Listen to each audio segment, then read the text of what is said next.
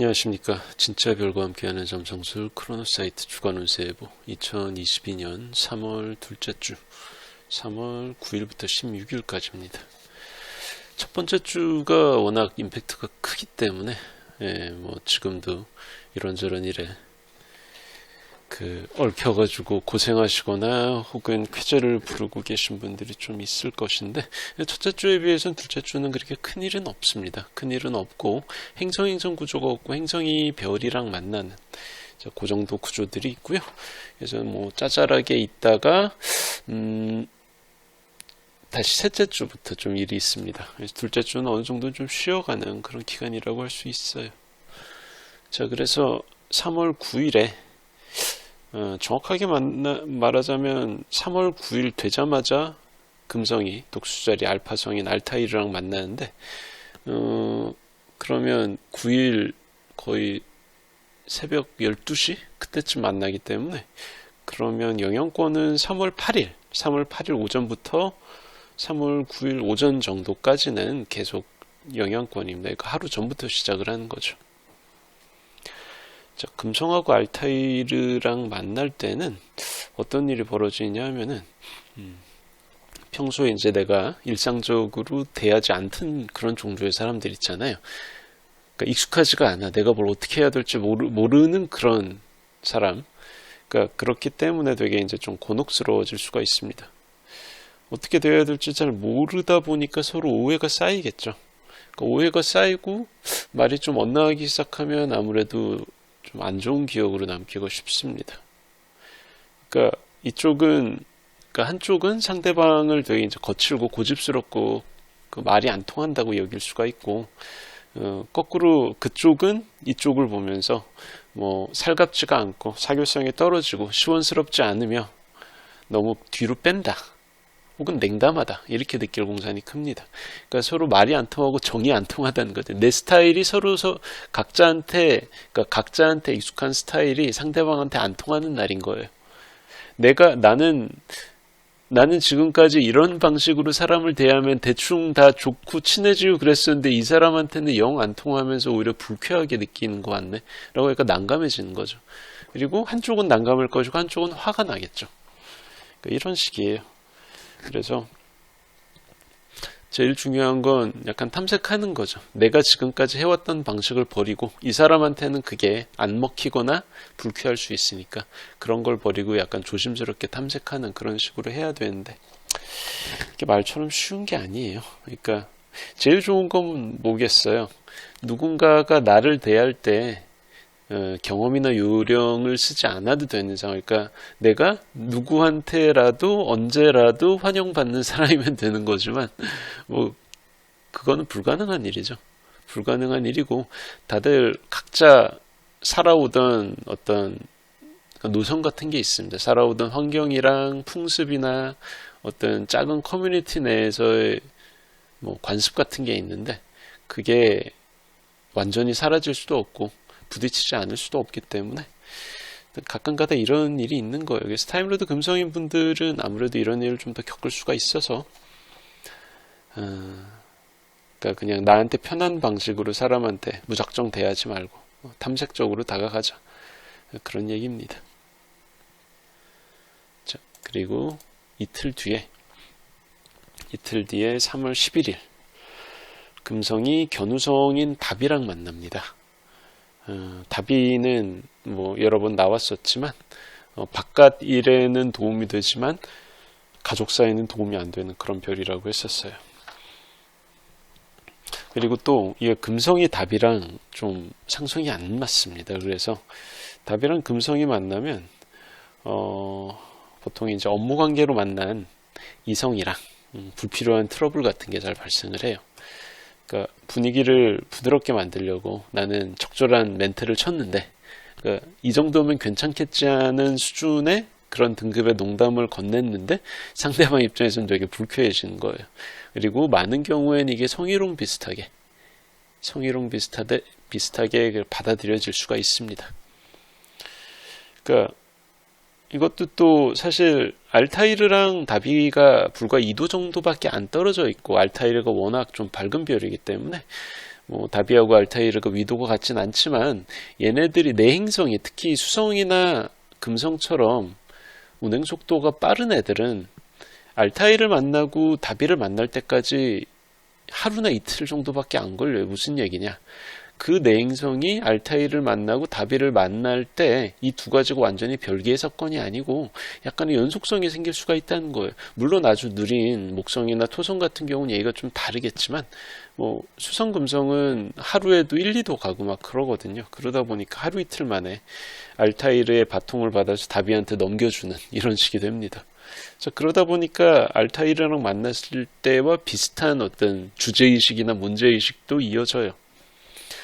그러니까 나한테 당연한 게 이 사람한테는 당연하지 않은 거예요. 근데 금성이 인간관계를 다스리잖아요. 그렇기 때문에 인간관계상의 매너라든가 사람한테 다가가는 방식이 나한테는 당연한데 저 사람한테는 아니었던 거지. 이제 거기에서 비롯된 어떤 트러블 같은 게 생깁니다. 그러니까 비즈니스 차원에서는 당연하게 웃고 즐길 수 있는, 웃고 넘어갈 수 있는 얘기가 뭐 이쪽 개인한테는 그게 아니었던 거죠. 그러니까 이쪽의 민감함이랑 이쪽의 관습이 충돌하는 그게 금성하고 다비의 만남입니다. 그리고 또 이게 그냥 이 정도로 끝나면 양반이고 한술 더 뜨면 뭐가 되냐면은 금성다비가 네이탈에서 만나면 무슨 조합이냐면은 소위 말하는 오피스 와이프 오피스 누나의 조합입니다. 너무 노골적인가요? 근데 그게 좀 그래요. 그러니까 바깥에서 안 사람이 아닌 사람과 교미한다. 아, 이건 너무 노골적인 표현인가? 어쨌든 고전에서는 비슷한 뜻이거든요. 그래서 일종의 그러니까 이거 뭐라고 그러죠? 이거를 직장 불륜이라고 그래야 되나? 그쪽하고 좀 관련성이 높은 조합이에요.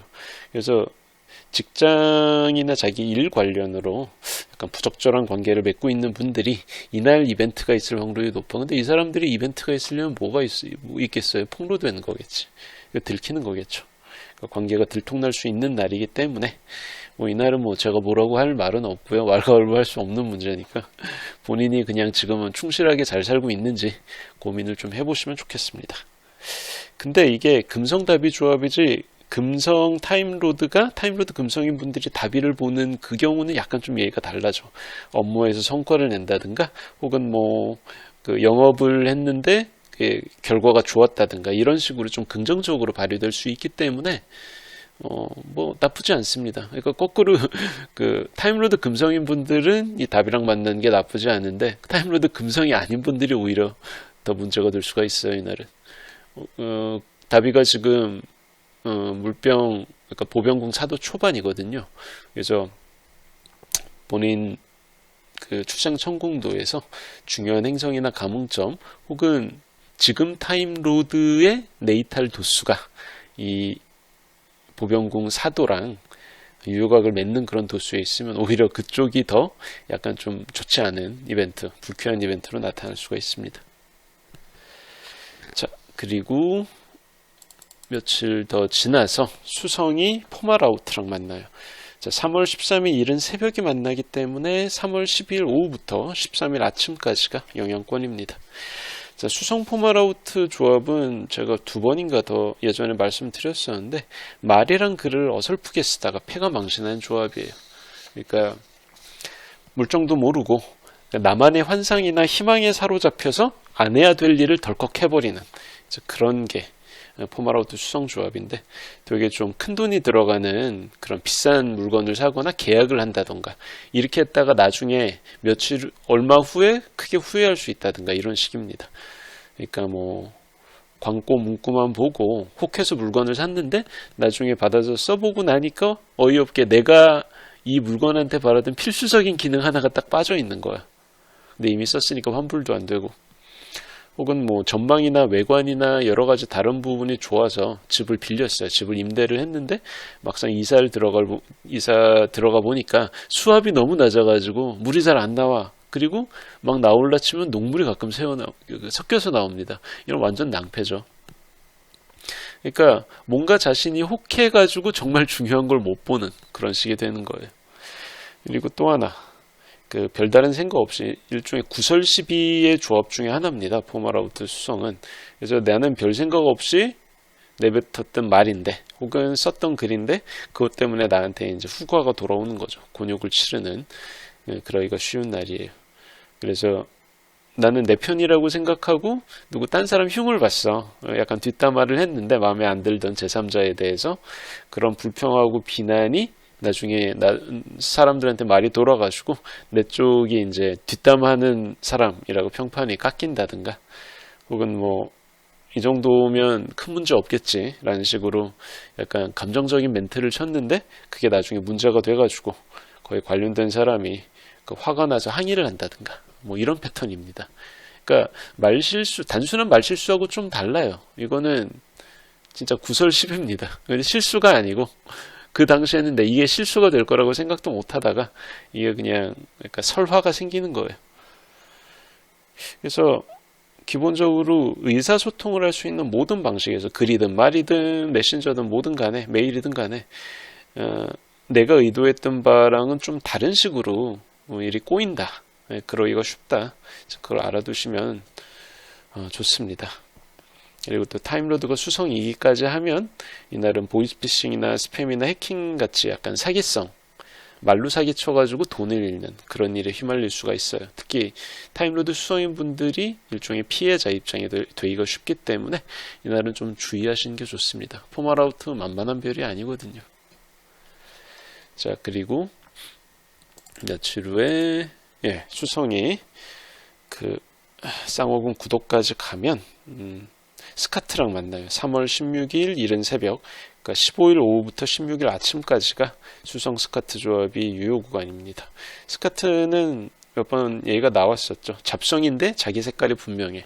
박지 않은데 소소한 이벤트로는 꼭 이어지는 그런 별입니다. 그리고 이날은 기억하시는 분이 아마 있을 거예요. 전복이 되게 좋은 날입니다. 이거는 뭐 점성술, 타로, 사주, 뭐 레노먼드 아무 상관없어요. 신점 다 좋아. 그러니까 장르를 막론하고 이날 점을 보고 상담을 받으면 평소보다 적중률이 좀 나아진다. 이런 일종의 마법의 날입니다. 그렇기 때문에 꼭 내가 이 부분이 궁금해서 점을 봐야겠다. 이런 분들은 이날을 좀 노려보세요. 자, 그리고 이때가 더 좋은 게 뭐냐 하면은 그 쌍호궁 구도에 수성이 있고 그때 목성은 쌍호궁 16도 정도에 있습니다. 그래서 근데 쌍호궁의 도모사일 로드가 목성이에요. 그래서 수성 입장에서는 자신의 보호자, 자신의 집주인이랑 만나기 위해서 접근하고 있고 중간에 아무것도 없거든요.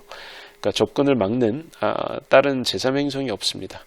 그렇기 때문에 나한테 혜택을 가져다 줄 목성한테 수성이 접근하고 있는 상황이라서 타임로드 수성인 분들 입장에서는 더 좋아. 여러 가지 조건이 좋습니다.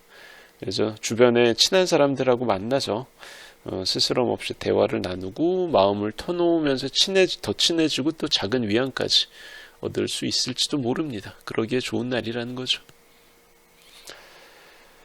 자, 크로노사이트 주간 운세 예보 2022년 3월 둘째 주 이야기 여기까지 하겠습니다. 감사합니다.